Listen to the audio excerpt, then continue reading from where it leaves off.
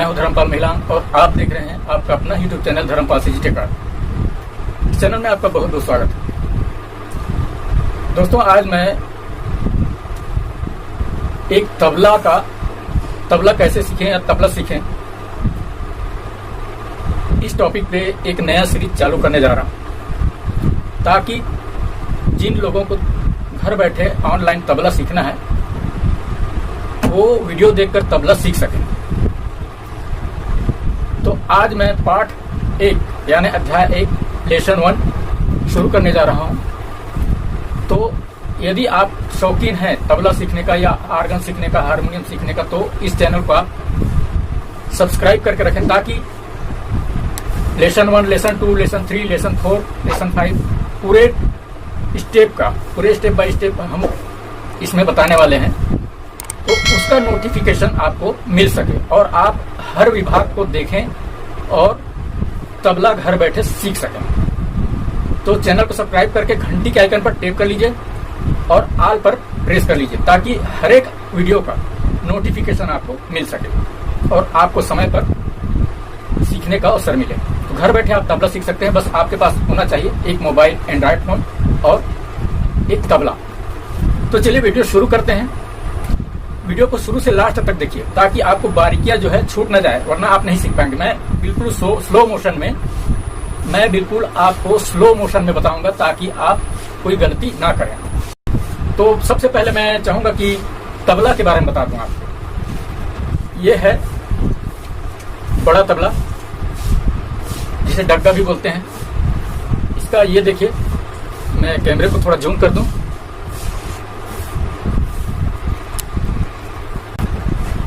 ये जो है, ये वाला जो भाग है इसे किनार बोलते हैं। ये बीच वाला जो काला हिस्सा है इसको स्याही बोलते हैं, और ये वाला जो हिस्सा है स्याही और किनार के बीच का जो जगह है इसे हम मैदान कहते हैं। लोग गजरा बोलते हैं, इसे गजरा कहा जाता है, और इसे बाधी या रस्सी कहा जाता है। इसमें खींचकर इसको स्वर बांधा जाता है। अब इस तबले का, अब छोटे तबले का बता देता हूं।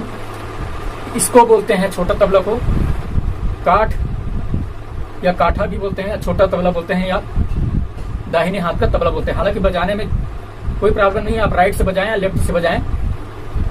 और इसे मदीन भी कहा जाता है। इस तबले को मदीन कहा जाता है। सेम प्रोसेस, जैसे कि यहाँ पर इसे हम गजरा कहते हैं और इसे कहते हैं किनारा भी बोलते हैं, चाट बोलते हैं, कुछ लोग चाटी बोलते हैं। ये है। उसके बाद इसे स्याही बोलते हैं, बीच वाला जो काला हिस्सा है, और ये जो मैदान है, किनार और स्याही के बीच का जो हिस्सा है इसे हम मैदान बोलते हैं। और सेम यहाँ पर ये गजरा हो गया और ये बाद हो गया, और इसको बोलते हैं गोटा। ये लकड़ी का गोटा होता है, इसे हम ऊपर नीचे करके स्वर बांधते हैं। तो मैं शॉर्टकट में ये आपको बता दिया हूँ, क्योंकि जिन लोग तबला बजाने के शौकीन होते हैं वे तो ये सब जानते ही हैं, फिर भी मैंने बता दिया। अब इसके बाद तबला कैसे बजाना है, हाथ का रखरखाव कैसे रखना है, ये मैं बता देता हूँ। तो हमारा हाथ का जो रखरखाव है कुछ इस प्रकार से होना चाहिए। देखिए, इस प्रकार से तबला को रखना है। थोड़ा सा टेढ़ा कर सकते हैं आप इधर सामने की तरफ दोनों को, या सीधा भी रख सकते हैं अपनी सुविधा के अनुसार, लेकिन बहुत ज्यादा टेढ़ा करना ठीक नहीं है, उसमें तबला में सही बैलेंस नहीं बनेगा। अब कुछ लोग, ये जो मैदान है देखिए, यहाँ पर स्याही जो है बड़े तबले का, इसका एक तरफ जगह कम होता है, मैदान का एरिया जो है छोटा होता है, एक तरफ बड़ा होता है। तो मेरे हिसाब से, बहुत लोग का अपना अपना अलग अलग तरीका है, लेकिन मेरे हिसाब से ये जो छोटा हिस्सा है और ये बड़ा हिस्सा है, इसके बीच वाला हिस्सा को हम अपने तरफ रखकर और इसे सामने रखकर हमें इस प्रकार से वार करना चाहिए। और हाथ का जो रखरखाव है देखिए इस प्रकार से होना चाहिए, यानी एक सर्कल जैसा अर्ध सर्कल बनना चाहिए इस प्रकार से।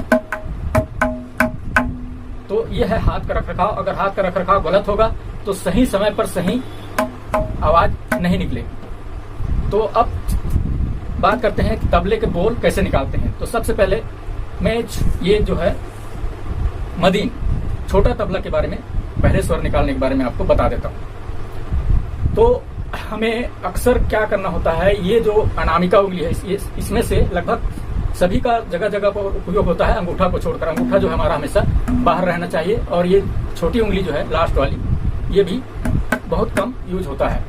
इसका उपयोग मैं आगे जाकर आपको बताऊंगा। तो अब सबसे पहले हम बात करते हैं पहला स्वर जो है छोटे तबले का, यानी इसमें पहला स्वर है ना और ता। तो ये कहाँ से निकलता है? ये अनामिका उंगली को, यानी अंगूठी जिसमें हम पहनते हैं, वो अनामिका उंगली को ये स्याही के किनार पर रखते हैं। उसके बाद मध्य उंगली है, मध्यमा जो है, इसको ऊपर ही रखते हैं, जितना ऊपर हो सके, बस टच ना करे। उसके बाद ये जो पहली उंगली है, इससे हम किनार पर वार करते हैं इस प्रकार से। तो इसे बोलते हैं हम ना। ना और ता, यानी ना और ता सेम चीज है, केवल उपयोग की जगह पर कहीं पर इस प्रकार से थाप लगता है। ना और ता यानी सेम है, ठीक। ये हो गया पहला बोल। दूसरा बोल है तीन। तो तीन जो है ये मैदान है, ये मैदान पर हम वार करते हैं पहली उंगली से। सेम प्रोसेस, अनामिका उंगली को यहाँ स्याही के किनारे पर रखते हैं और यहाँ मैदान पर हम वार करते हैं, तब होता है तीन। वार करने का मतलब और एक बता दूं, इसे मार कर उठाना होता है, चिपकाना नहीं होता है। इस प्रकार से मार कर बाउंस करना है, तो ये होता है तीन।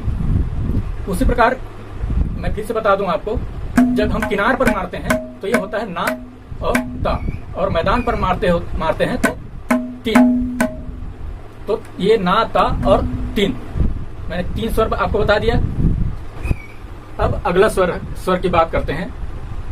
तो अगला स्वर है दित। दित, तो दित कैसे बजाते हैं?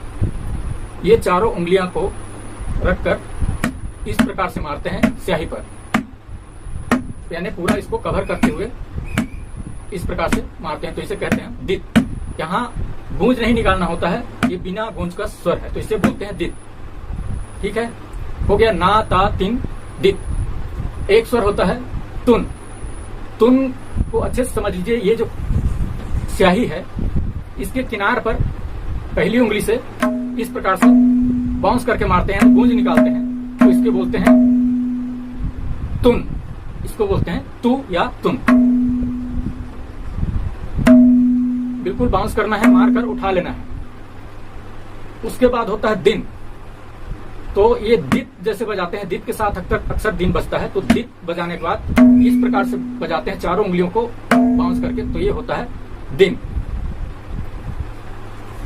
ये हो गया, मैंने बता दिया, ना, ता, तीन, दित, दिन, तुन।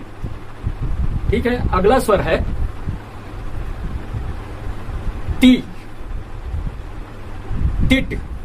तो इसके लिए क्या करते हैं, ये जो है अनामिका उंगली और मध्य उंगली को, अनामिका और मध्य उंगली को हम ये स्याही के बीच में मारते हैं, तो इसे बोलते हैं ती। ती।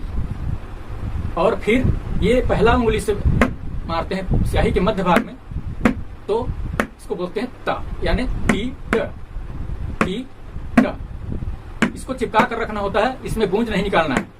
यहाँ पर बीच में स्याही के बीच में चिपकाते हैं, तो ये होता है टी, ये होता है टा, तो ये होता है ती। और एक बोल है त्रक। त्रक बोल है, तो इसमें ये तीन उंगली का उपयोग होता है, तो इस तीनों उंगलियों को एक एक करके पटकना होता है। अनामिका उंगली, मध्य उंगली, फिर तीसरा उंगली, यानी बहुत जल्दी इसको पटकना पड़ता है इस प्रकार से। उसके बाद टा, त्र, त्र, क। ये इसको जब हम रखते हैं तो इसको का बोलते हैं। त्रक के साथ में इसको हम का बोलते हैं। जैसे पहले हो गया त्र क, त्र क, त्र क, त्र क, तो ये होता है त्रक। तो ये सारे बोल हो गए। उसके बाद कुछ बोल होते हैं जो मिश्रित बोल होते हैं, जो दोनों तबला के बोल से मिलकर बनते हैं। तो मिश्रित बोल से पहले मैं इस तबले का, बड़ा तबला का, डग्गा का आपको बोल बता देता हूं।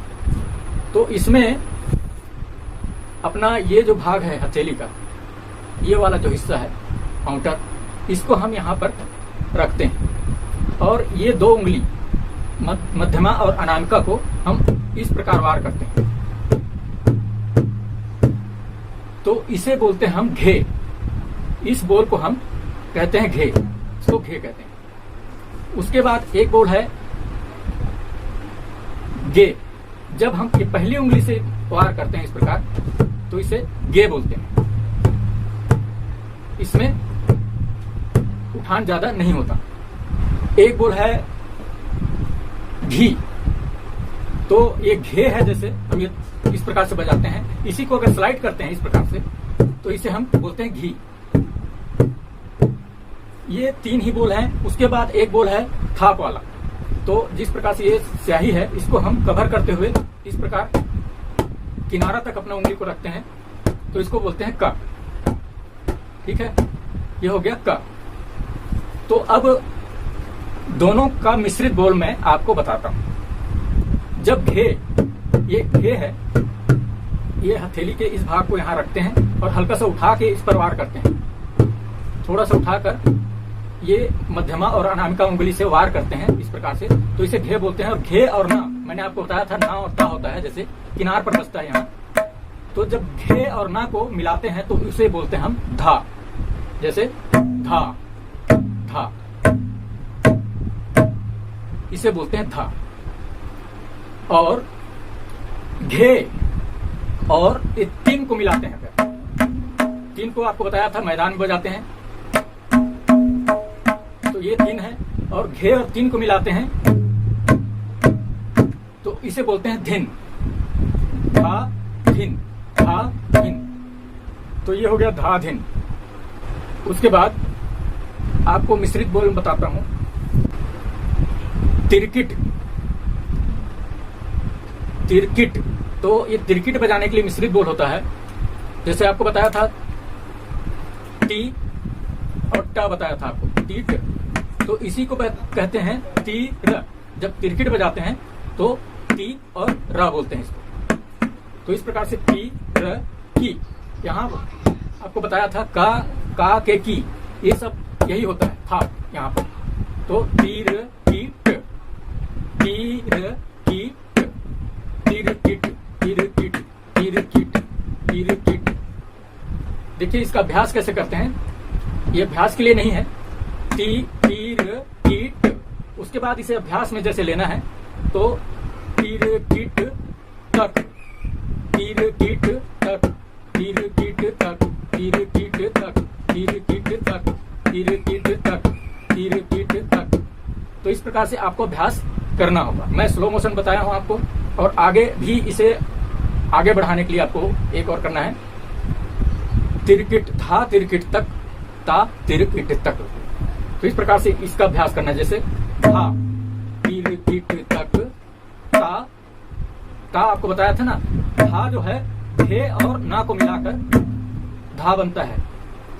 देखिए ये था तिरकिट तक, ता तिरकिट तक।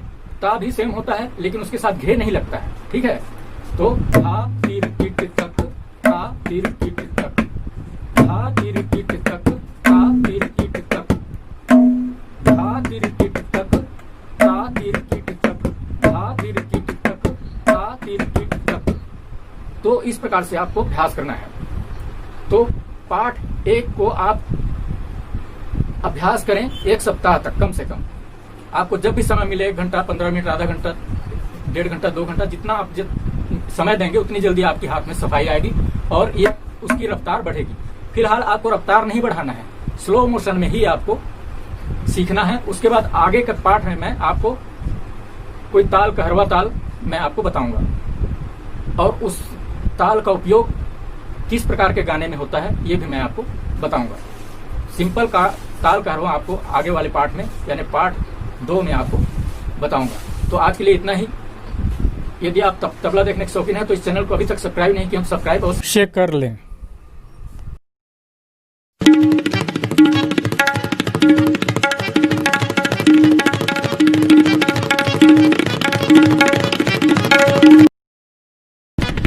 नमस्कार।